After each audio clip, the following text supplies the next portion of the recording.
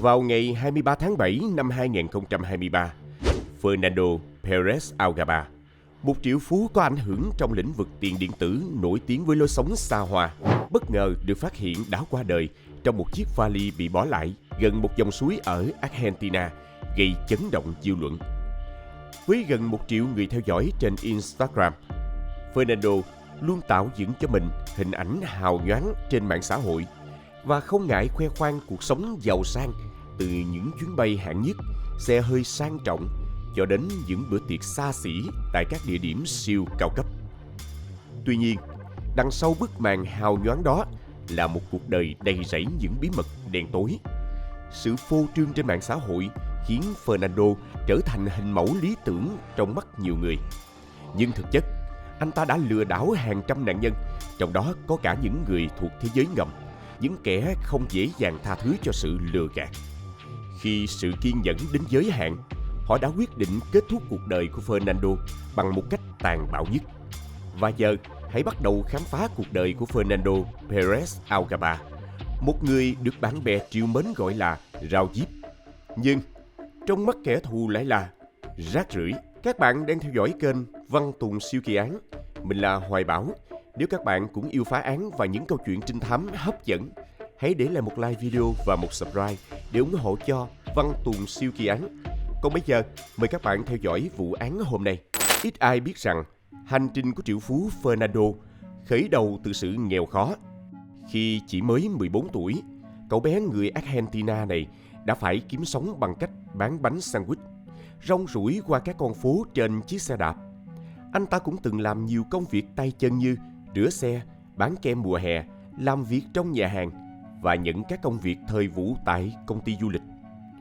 Sự chăm chỉ này đã giúp anh ta tích lũy kỹ năng và kinh nghiệm. Tuy nhiên, bước ngoặt xảy ra khi Fernando quyết định khởi nghiệp bằng việc tự làm và đi giao bánh pizza bằng chiếc xe máy cũ do anh trai tặng.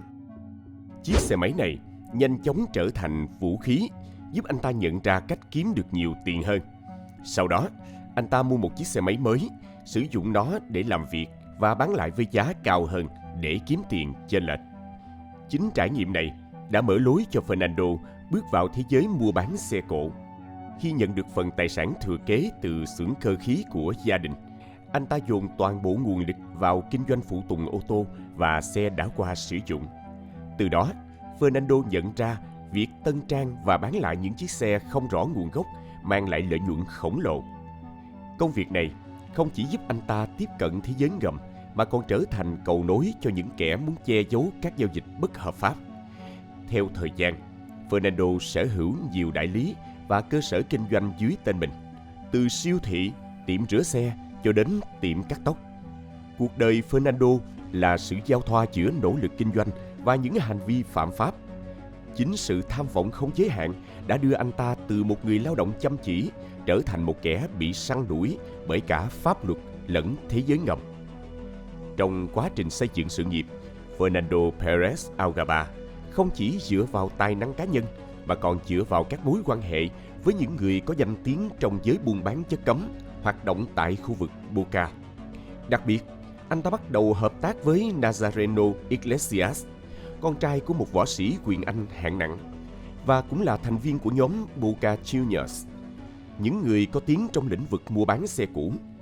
Liên minh này đóng vai trò quan trọng trong việc thúc đẩy sự nghiệp của Fernando, giúp anh ta nhanh chóng đạt được thành công vượt bậc trong ngành kinh doanh ô tô đã qua sử dụng.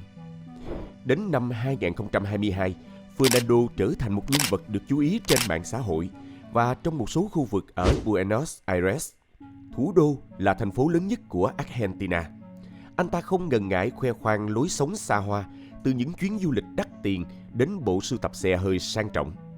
Hoàn toàn trái ngược với tình hình kinh tế khó khăn mà nhiều người dân Argentina đang phải đối mặt. Tuy nhiên, tính cách kiêu ngạo và thái độ bất cần đã khiến anh ta gặp nhiều rắc rối.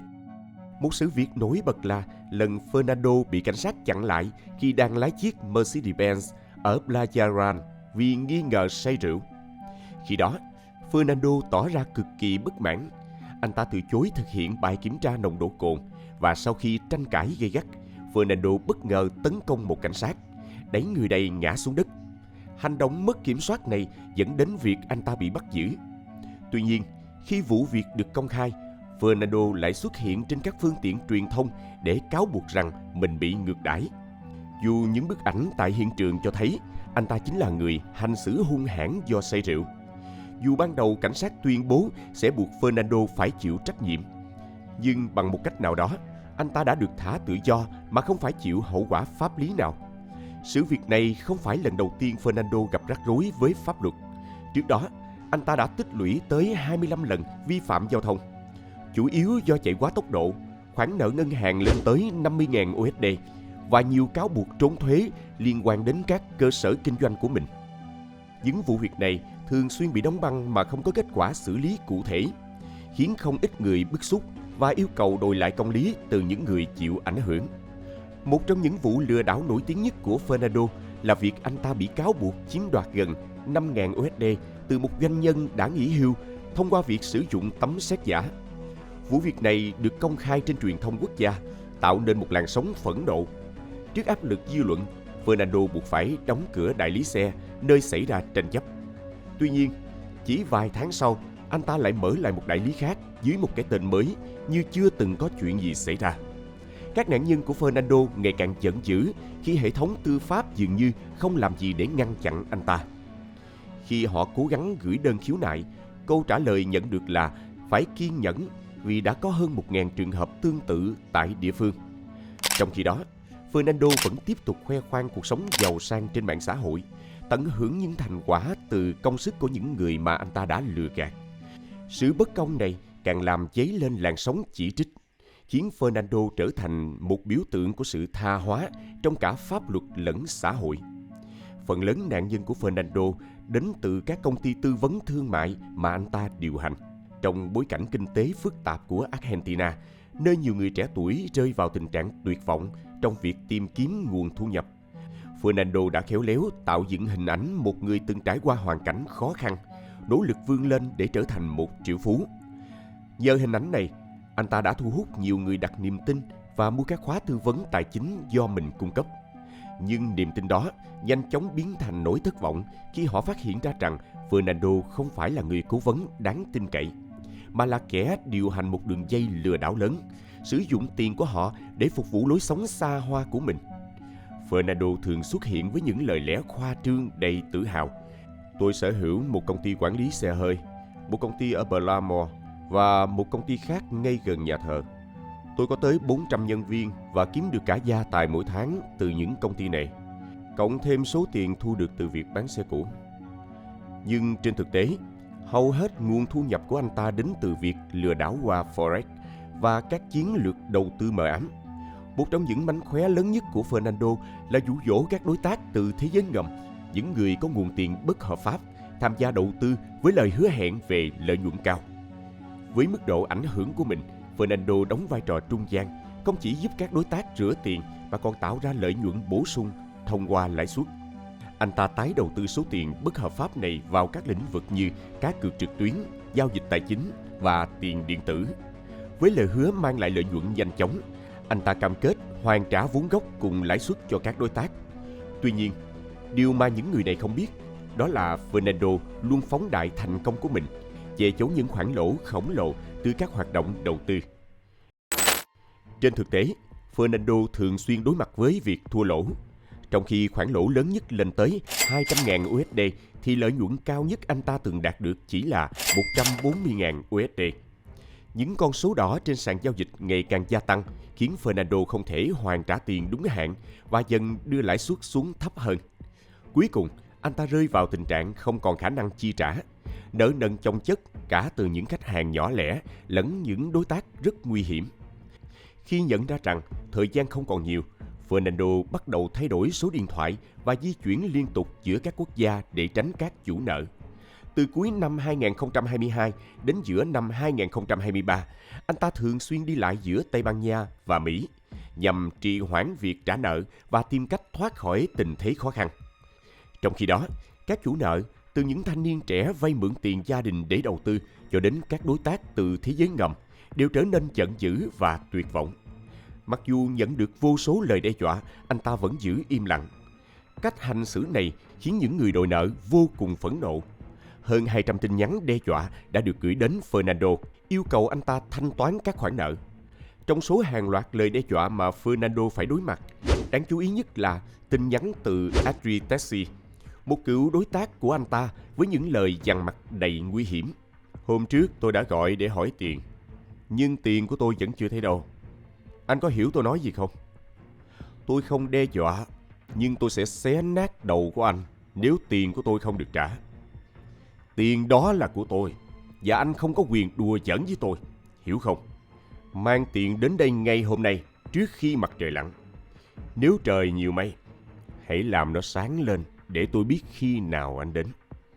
Thế nhưng, dù nợ nần chồng chất, Fernando vẫn duy trì hình ảnh hào nhoáng trên mạng xã hội, những bữa tiệc xa hoa, rượu sâm banh rót đầy trên chiếc đồng hồ Rolex và những chuyến bay hạng thương gia. Chính điều này đã biến anh trở thành hiện thân sống động cho hình ảnh châm biếm về kẻ nợ nần nhưng vẫn khoe khoang lối sống giàu sang. Việc Fernando giữ vững hình ảnh thành công và đẳng cấp không chỉ để anh ta thỏa mãn với cái tôi của mình, mà còn để thu hút thêm nạn nhân vào mạng lưới lừa đảo. Khi danh tiếng của Fernando ở Argentina sụp đổ, anh ta chuyển mục tiêu đến Miami và Barcelona để tìm kiếm những con mồi mới.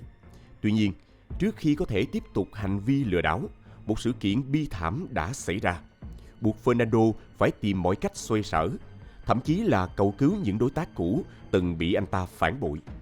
Trong tình thế tuyệt vọng, Fernando quyết định tìm đến Maximiliano Pillepit và Nahu Vargas, hai cựu đối tác từng hoạt động trong lĩnh vực xây dựng, để đòi lại số tiền 150.000 USD mà họ nợ anh.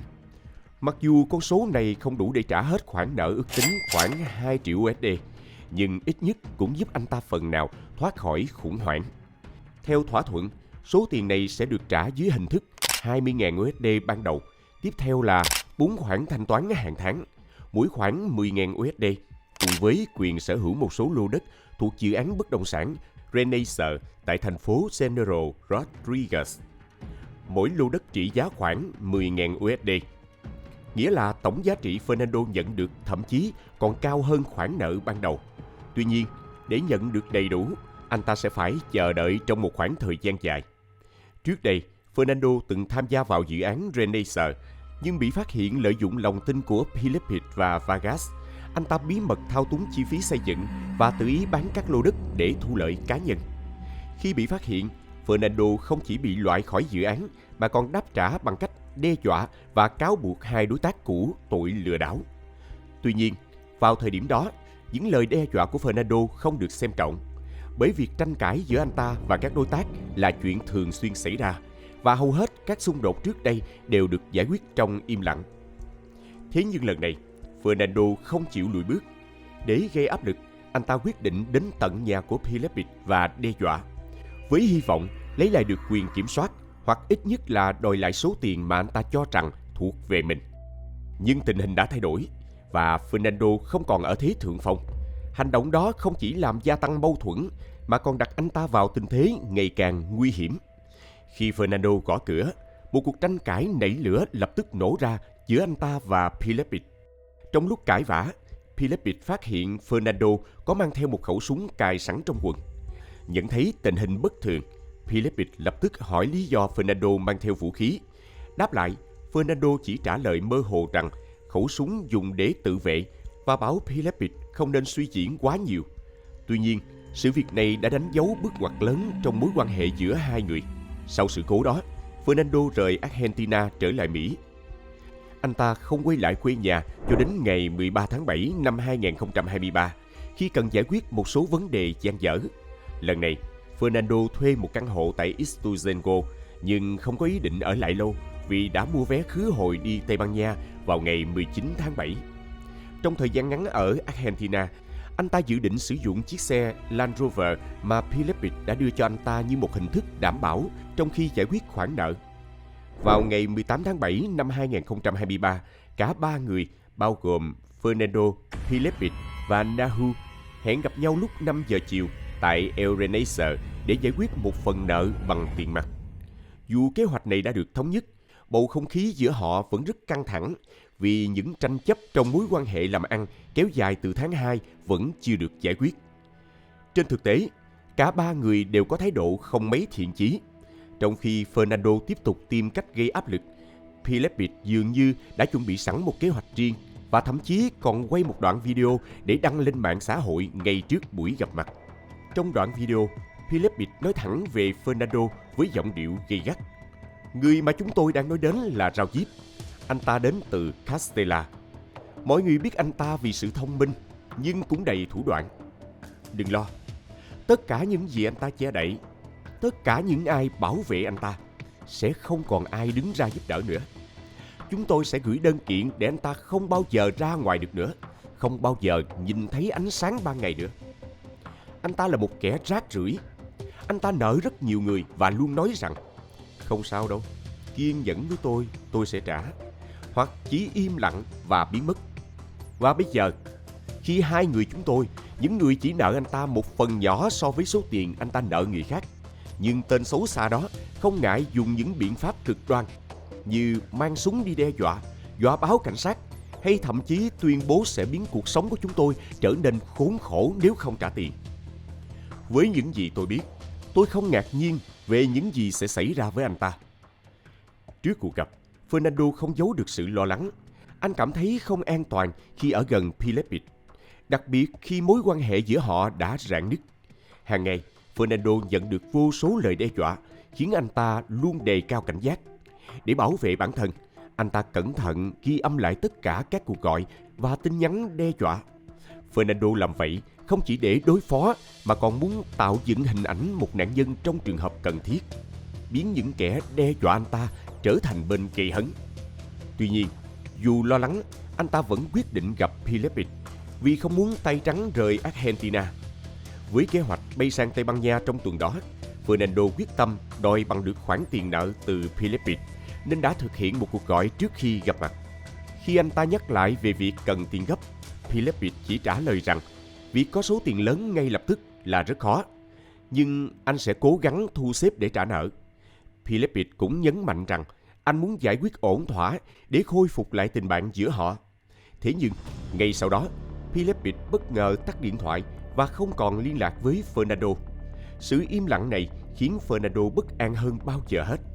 Anh ta nghi ngờ có điều gì đó không ổn đang xảy ra, nên để lại một tin nhắn cho một người bạn ở Tây Ban Nha, nói rằng tình hình có vẻ không ổn và mọi chuyện có thể kết thúc theo cách rất tồi tệ. Trong lúc rối bời, Fernando đã liên hệ với Flavia Bonat, một người bạn cũ anh ta quen qua công ty xây dựng và buôn bán ô tô. Nhận thấy trạng thái bất an của Fernando, Flavia cố gắng trấn an anh ta bằng những lời khuyên rằng không có gì phải lo lắng và Pilepit sẽ giữ lời hứa trả nợ. Cô khuyên Fernando nên tin tưởng rằng mọi chuyện sẽ ổn. Tuy nhiên, điều mà Fernando không lường trước là mối quan hệ thân thiết giữa Flavia và Pilepit. Cô không chỉ là bạn của cả hai mà còn có nhiều lợi ích liên quan đến Pilepit, khiến ưu tiên của cô nghiêng về phía người này thay vì Fernando. Mặc dù đã nghe lời khuyên của Flavia, Fernando vẫn mang theo nỗi bất an khi lái chiếc xe mà Pilepit đã giao cho anh ta. Đồng hành với anh là chú chó cưng Cooper, một chú chó Bulldog Pháp mà anh ta luôn mang theo trong mọi chuyến đi. Fernando đến địa điểm hẹn như đã thỏa thuận, nhưng từ đây, mọi thứ trở nên không rõ ràng. Những gì xảy ra sau đó đã trở thành chủ đề tranh cãi và cho đến nay, có hai giả thuyết phổ biến nhất được đưa ra. Giả thuyết đầu tiên, ngay trước cuộc gặp, Pilepit đã nhờ hai người bạn đi cùng để lắp đặt vài chiếc bóng đèn vừa mua ở siêu thị. Lời giải thích là để tránh tình trạng phải ngồi trong bóng tối ở nơi họ hẹn gặp. Từ đó, sự việc dần đi theo một hướng không ai ngờ tới, đẩy Fernando vào một tình thế nguy hiểm không thể lường trước. Một người tên Annabelle yêu cầu Fernando ngồi lên ghế và bật bóng đèn, trong khi Nahu được đưa ra ngoài. Lợi dụng khoảnh khắc Fernando mất cảnh giác, Pilepit rút súng và bất ngờ bắn 2 phát từ phía sau, nhắm thẳng vào tim. Fernando ngã gục ngay tại chỗ, cơ thể nằm bất động trên sàn nhà. Nahu nghe thấy tiếng súng nên quay trở vào và kinh hoàng khi chứng kiến Fernando nằm vô hồn. Anh ngay lập tức hỏi Pilepit tại sao lại làm vậy. Với thái độ bình tĩnh và lạnh lùng, Pilepit trả lời rằng Fernando xứng đáng bị trừng phạt vì đã vượt qua ranh giới không ai được phép bước qua. Anh ta giải thích rằng Fernando, 41 tuổi, đã tiếp cận và tán tỉnh con gái 13 tuổi của mình qua mạng xã hội. Hành động mà Philippines không thể chấp nhận. Fernando không chỉ theo dõi trang cá nhân của cô bé, mà còn thường xuyên nhắn tin với thái độ không đúng mực. Không dừng lại ở đó, anh ta còn chụp lại những cuộc trò chuyện này và gửi cho Philippines với giọng điệu chế nhạo, coi đây như là một lời đe dọa. Điều này khiến Philippines không thể kiềm chế cơn giận và dẫn đến quyết định hành động một cách tàn nhẫn. Trong một diễn biến khác, giả thuyết thứ hai cho rằng cả ba người ngồi lại với nhau và bắt đầu thảo luận về khoản nợ. Cuộc trò chuyện nhanh chóng biến thành một cuộc tranh cãi căng thẳng khi những lời buộc tội và quá khứ dơ bẩn của cả ba được lôi ra. Trong lúc tranh cãi, Fernando quay sang nói chuyện với bạn gái cũ của Nahu, đưa ra những lời nhận xét mang tính khiêu khích. Anh ta khoe rằng mình mới là người giúp cô giàu có hơn Nahu và khuyên cô ta nên cắt đứt mối quan hệ với Nahu vì lý do này. Những lời nói đó đã làm tổn thương sâu sắc đến Nahu, người vốn vẫn còn rất yêu cô gái. Nahu từng trải qua giai đoạn trầm cảm nặng sau khi chia tay, đã cố gắng vượt qua bằng cách tham gia các khóa tu tâm linh. Tuy nhiên, những lời nhận xét cay độc từ Fernando đã khơi lại nỗi đau trong Nahu, biến thành sự giận dữ không thể kiểm soát. Trong cơn nóng giận, Nahu rút súng và chỉ thẳng vào Fernando. Vì hoảng sợ, Fernando cố gắng chạy lên cầu thang để thoát thân, nhưng Nahu đuổi theo và bắn 2 phát súng vào lưng anh ta. Những phát súng chí mạng khiến Fernando gục ngã, dẫn đến mất mạng ngay lập tức. Dù diễn biến thật sự của sự việc là giả thuyết nào, cả hai đều dẫn đến sự ra đi bi thảm của Fernando, một phần do những mâu thuẫn cá nhân sâu sắc và những hành động không thể chấp nhận được trong mối quan hệ giữa ba người. Hai giả thuyết của câu chuyện tuy khác nhau về danh tính người bóp cò, thực chất lại chia sẻ nhiều điểm tương đồng, khiến người ta khó tin rằng chúng phản ánh sự thật. Cả hai đều thiếu các bằng chứng quan trọng, khẳng định như hồ sơ về các cuộc trò chuyện giữa Fernando và con gái của Philippines hoặc bất kỳ dữ liệu nào từ gia đình của Nahu. Điều này gợi ý rằng những giả thuyết này có thể đã được dựng lên nhằm giảm nhẹ cảm giác tội lỗi cho những người liên quan, đưa ra hình ảnh một tội ác bộc phát thay vì một kế hoạch được tính toán kỹ lưỡng. Thực tế lại cho thấy điều ngược lại. Nahu và Philippines đã có những hành động chuẩn bị kỹ lưỡng trước khi cuộc gặp gỡ định mệnh diễn ra. Cả hai đã ghé thăm nhiều địa điểm, bao gồm nhà của một sĩ quan cảnh sát, một người bạn của họ và một siêu thị gần đó. Đặc biệt, họ còn đảm bảo rằng khu vực xung quanh nơi xảy ra vụ việc hoàn toàn không có người qua lại. Ví dụ rõ ràng nhất là việc người bảo vệ vốn bị nợ lương 2 tuần, bất ngờ được trả đầy đủ và được cho nghỉ phép có lương vào đúng ngày hôm đó. Điều này đồng nghĩa với việc không có ai khác ngoài bộ đôi này và Fernando tại hiện trường. Sau khi ra tay với Fernando, Philippines và Nahu bắt đầu thực hiện kế hoạch phi tang, không để lại bất kỳ dấu vết nào. Để loại bỏ thi thể Fernando mà không bị phát hiện, Nahu và Philippines phải di chuyển ra khỏi khu vực gây án một cách khéo léo. Họ không thể sử dụng lối vào chính vì nơi này được giám sát bởi 3 camera an ninh được đặt ở vị trí chiến lược. Đây là lúc vai trò của ủy viên Horacio Cordoba trở nên nổi bật. Horacio không phải một sĩ quan bình thường mà là một người giữ vị trí cao trong bộ an ninh. Với kiến thức sâu rộng về hệ thống giám sát tại Buenos Aires, ông đã hỗ trợ Nahu và Philippines bằng cách cung cấp thông tin chi tiết về vị trí các camera giám sát tại nhiều địa điểm quan trọng trong thành phố. Nhờ đó, bộ đôi có thể lựa chọn các tuyến đường ít bị theo dõi nhất để di chuyển mà không bị phát hiện. Ngoài ra, Horacio còn đưa ra hướng dẫn cụ thể về những khu vực mà cả hai cần tắt điện thoại di động để tránh bị hệ thống định vị theo dõi. Với sự hỗ trợ từ Horacio, kế hoạch phi tang của họ trở nên chặt chẽ và khó bị truy dấu hơn. Những hành động chuẩn bị trước, từ việc đảm bảo không có nhân chứng tại hiện trường đến sự hỗ trợ từ một sĩ quan cảnh sát cấp cao, cho thấy rằng vụ kết liễu Fernando không phải là một tội ác tự phát, mà là kết quả của một kế hoạch được lên chi tiết. Những câu chuyện về động cơ liên quan đến con gái của Philippines hoặc bạn gái của Nahu có thể chỉ là màn che chắn nhằm đánh lạc hướng dư luận và làm giảm trách nhiệm của những kẻ gây án. Nhờ vào sự chuẩn bị kỹ lưỡng, Nahu và Philippines đã rời khỏi hiện trường vụ án mà không để lại bất kỳ dấu vết nào. Sử dụng những con đường thay thế, không có trạm kiểm soát hay camera giám sát. Trước đó, Vào buổi chiều của cuộc hẹn, Philippines còn mua một chiếc điện thoại di động ma từ Horacio nhằm thực hiện các cuộc liên lạc mà không gây nghi ngờ.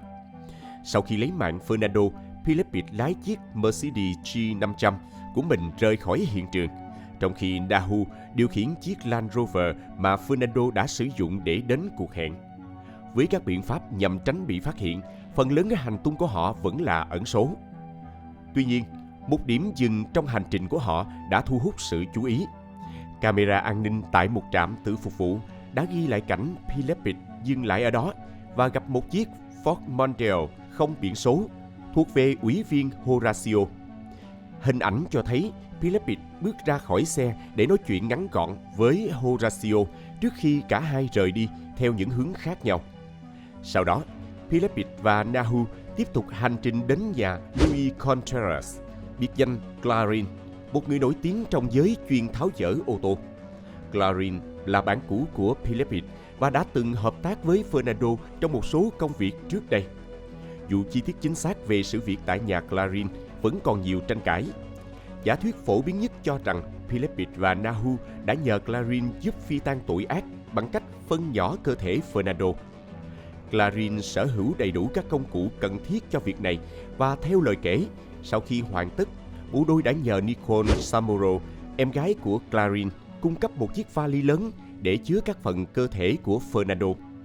Nicole đồng ý mà không hề hay biết rằng chiếc vali này sẽ trở thành điểm yếu chí mạng trong kế hoạch hoàn hảo của họ. Sau khi cơ thể Fernando được chia thành nhiều phần và đóng gói cẩn thận, Philippines và Nahu đưa những phần hài cốt này đến thị trấn Ingeniero ở Lomas de Zamora. Đây là một khu vực nổi tiếng liên quan đến tội phạm và bạo lực, nằm dưới sự kiểm soát của Barra Brava del Boca, đứng đầu là Gustavo Iglesias. Với lịch sử mâu thuẫn giữa Fernando và Gustavo, khu vực này trở thành nơi lý tưởng để đánh lạc hướng các nhà điều tra và chuyển hướng nghi ngờ từ Philippines sang Gustavo. Không những vậy, việc lựa chọn thị trấn Ingeniero không chỉ lợi dụng địa bàn phạm tội đặc trưng mà còn nhằm liên kết vụ án của Fernando với Iglesias, người từng nhiều lần đưa ra lời đe dọa nguy hiểm với Fernando trong quá khứ.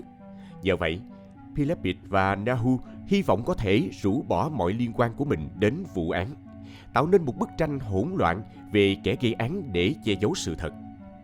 Sự biến mất của Fernando nhanh chóng thu hút sự chú ý, không chỉ vì anh ta từng tiết lộ với một số người thân cận rằng mình đang gặp nguy hiểm, mà còn bởi người phụ nữ cho thuê căn hộ đã nộp đơn báo mất tích sau khi nhiều lần cố gắng liên lạc với anh ta nhưng không thành.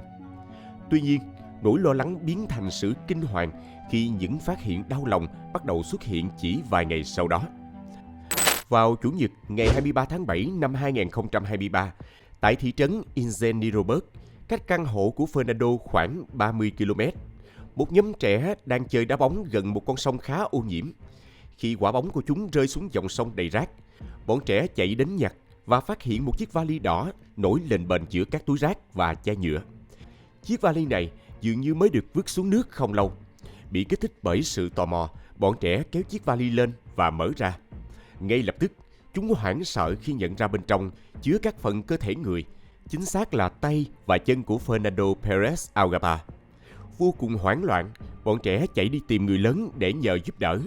Những phần cơ thể này được xác định nhanh chóng nhờ vào những hình xăm đặc trưng của Fernando. Cùng ngày, chỉ cách nơi tìm thấy chiếc vali vài dãy nhà, người ta phát hiện chú chó Cooper của anh ta trong tình trạng hoàn toàn khỏe mạnh. 3 ngày sau, các phần cơ thể còn lại, bao gồm thân và đầu của Fernando, cũng được tìm thấy. Phát hiện khủng khiếp này đã mở đầu cho một cuộc điều tra nhằm tìm ra những nghi phạm có liên quan. Manh mối quan trọng nằm ngay trong chiếc vali đỏ. Trong một ngăn của chiếc vali, người ta tìm thấy một túi đựng rau diếp cùng với nhiều giấy tờ nhận dạng thuộc về gia đình Contreras, trong đó có Nicole Samuro. Điều này lập tức biến Nicole trở thành đối tượng điều tra hàng đầu. Khám nghiệm pháp y cho thấy Fernando đã bị sát hại bằng súng, nhưng các vết thương do đạn bắn đã bị xử lý nhằm xóa dấu vết về góc độ và bộ phận cơ thể bị bắn. Ngoài ra, các vết cắt trên cơ thể được thực hiện quá chính xác, như thể chúng thuộc về một người có kinh nghiệm trong nghề mổ xẻ hoặc tháo dỡ, khiến Luis Contreras, biệt danh Clarín, trở thành nghi phạm chính. Từ đây, mọi chuyện dần sáng tỏ khi Clarin bị thẩm vấn và tiết lộ các đồng phạm của mình. Sau nhiều lần thẩm vấn và thu thập bằng chứng, các cảnh sát đã tiến hành khám xét nhà của tất cả các nghi phạm liên quan. Cuộc điều tra này dẫn đến việc bắt giữ Pillepit, người sau đó đã cung cấp những thông tin quan trọng giúp làm sáng tỏ toàn bộ vụ án. Trong quá trình điều tra, mối quan hệ giữa Pillepit, Nahu và Clarin được khẳng định. Cùng với các bước đi tinh vi mà họ đã thực hiện để che giấu tội ác của mình, những bí mật đen tối phía sau sự ra đi của Fernando dần dần được hé lộ, đưa vụ án tới hồi kết. Chiếc xe Ford Mondeo, một đầu mối quan trọng trong vụ án, không thuộc sở hữu của các nghi phạm chính mà lại liên quan đến Flavia Bonras, bạn của Pillepit. Chính Flavia là người đã trấn an Fernando rằng sẽ không có chuyện gì xấu xảy ra với anh ta. Các vết máu, tóc và các chiếc nhẫn được tìm thấy trên xe đã tạo thêm nghi vấn. Nhưng những bằng chứng này vẫn chưa đủ để thuyết phục để xác định thủ phạm có chính xác không. Trong khi cuộc điều tra đang diễn ra, một trong những ngôi nhà thuộc diện nghi vấn, nơi có thể chứa nhiều bằng chứng quan trọng, bất ngờ bị phá hủy. Điều này khiến việc truy tìm các manh mối thêm phần khó khăn. Bên cạnh đó, vũ khí gây án vẫn chưa được tìm thấy. Để xóa dấu vết, Pillepit thậm chí đã bán chiếc Mercedes G500 của mình, một chiếc xe nổi bật và dễ nhận diện. Nahu Vargas, một trong những nghi phạm chính, đã lẫn trốn một cách khéo léo, khiến cảnh sát và dư luận cả nước đặt câu hỏi về tung tích của hắn. Phải 1 tháng sau vụ án, hắn mới bị bắt giữ. Khi đó, cả Nahu và Pillepit bị buộc tội gây án mạng có chủ ý, phản bội, khai man và nghiêm trọng hơn là cố ý che giấu và tiêu hủy bằng chứng. Tuy nhiên, điều gây phẫn nộ là những cá nhân khác liên quan đến việc tiêu hủy bằng chứng, bao gồm Matias Gil, Gaten Carrizo, Flavia Bonras và Luis Contreras, người đã trực tiếp phân chia nạn nhân và hỗ trợ xóa sạch hiện trường, lại được thả tự do. Theo hệ thống tư pháp Argentina, hành vi của họ chỉ bị coi là xâm phạm cơ thể nạn nhân, không phải tội nghiêm trọng. Vì vậy, chỉ có Maximiliano Pillepit, Nahu Vargas và ủy viên Horacio Cordoba bị truy tố về các tội danh nặng nề nhất. Hiện nay, vụ án của Fernando vẫn đang trong quá trình điều tra. Nhưng, quá trình này gặp thêm rào cản lớn khi gia đình và luật sư đại diện của Fernando nhận được những lời đe dọa trực tiếp. Anh trai của Fernando và Nicole Semoro, một trong những nghi phạm được xem xét, thậm chí còn bị đe dọa ngay trước cửa nhà, buộc họ phải giữ im lặng. Những lời đe dọa này không chỉ gieo rắc nỗi sợ hãi, mà còn làm đình trệ quá trình thu thập thông tin và bằng chứng. Trong bối cảnh đó, tương lai của vụ án trở nên mờ mịt và không ai có thể dự đoán được diễn biến tiếp theo là gì. Những người đấu tranh công lý cho Fernando phải đối mặt với nguy hiểm, trong khi sự phẫn nộ của công chúng về những kẻ được thả tự do vẫn tiếp tục gia tăng. Còn các bạn nghĩ sao về cái kết bi thảm của triệu phú Bitcoin Fernando? Hãy để lại ý kiến bên dưới phần bình luận để trao đổi thêm nhé. Và trước khi rời đi, đừng quên để lại một like, một subscribe và bật chuông thông báo kênh Văn Tùng Siêu Kỳ Án để tiếp tục theo dõi những vụ án kinh điển khác trên Văn Tùng Siêu Kỳ Án. Còn bây giờ, xin chào và hẹn gặp lại các bạn trong các video tiếp theo.